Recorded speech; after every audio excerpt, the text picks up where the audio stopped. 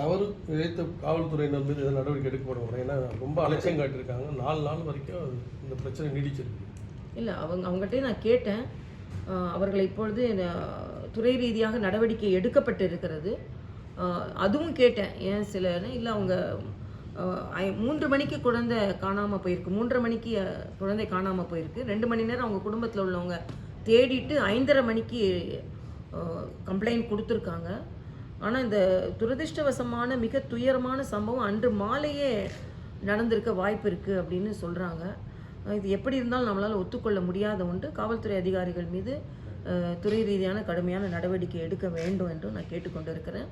அந்த முத்தியால்பேட்டை பகுதியே அவர் என்ன சொன்னார்னா, வளர்ச்சியும் இருக்குது, அதே சமயத்தில் இது மாதிரி சமூக விரோத செயல்பாடுகள் மிக அதிகமாக இருக்கிறது, நாங்கள் தொடர்ந்து நடவடிக்கை எடுத்து வருகிறோம்னாங்க. அப்போ நீங்கள் எல்லோரும் உங்கள் பத்திரிகை சகோதரன்ட்டு நான் கலெக்ட் பண்ண விஷயம், ஒரு மாட்டுக்கொட்டகை மாதிரி ஒரு இடம் இருக்குது, அங்கே ஒரு ஹாஸ்பிட்டல் இருக்குது, க்ளவுஸ் எல்லாம் அங்கே தவறாக பயன்படுத்துகிற மாதிரி செய்திகள் வந்து உங்கள்கிட்டருந்து வர செய்தியை நான் அவர்கிட்ட சொன்னேன்.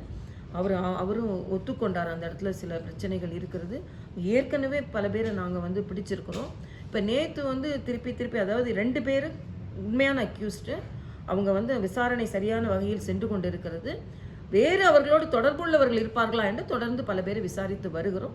மிக விரைவில் நாங்கள் நடவடிக்கை எடுப்போம்னு சொல்லியிருக்காரு. மக்களோடு உணர்வுகளோடு நான் நிற்கிறேன். நிச்சயமாக புதுச்சேரி பெண்களோடு அவர்களோடு ஒருவளாக நான் நின்று கொண்டிருக்கிறேன். அந்த தாயின் கூடவே நான் இருக்கிறேன். நிச்சயமாக இதில் இது மேலே இந்த சம்பவங்கள் நடைபெறாமல் இருப்பதற்கும், எந்த குடும்பமும் பாதிக்கப்படாமல் இருப்பதற்கும், பெண் குழந்தைகள் சுதந்திரமாக நடமாடுவதற்கு ஏற்ற சூழ்நிலை ஏற்படுத்துவதற்கும் முழுமையான ஒத்துழைப்பை தருவோம் என்று நான் தெரிவித்தேன்.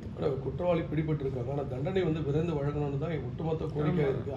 அரசுக்கு நம்ம என்ன செய்யப்படும்? இல்லை, அதுதான், அதுக்கு வந்து சட்ட ரீதியாக சில எவிடன்ஸ் வேணும். ஃபார் எக்ஸாம்பிள் டிஎன்ஏ பரிசோதனைக்கு அனுப்பப்பட்டிருக்கிறது. அந்த குழந்தையோட உடம்பு வந்து ரொம்ப அழுகிய நிலையில் இருந்ததுனால ஏற்கனவே சில தடயங்கள் கிடைத்தால் கூட அதற்கு வந்து டிஷ்யூ ஆர்கன் எல்லாம் எடுத்து அனுப்புவாங்க. அதில் வந்து பெத்தாலஜிக்கல் ரிசல்ட் வரணும். ஸோ சட்ட ரீதியாக சில தகவல்கள் நமக்கு சட்ட ரீதியாக கிடைத்த ஆதாரங்கள் முழுமையாக கிடைத்த பண்பு தான் நம்ம சில நடவடிக்கைகள் எடுக்க முடியும்.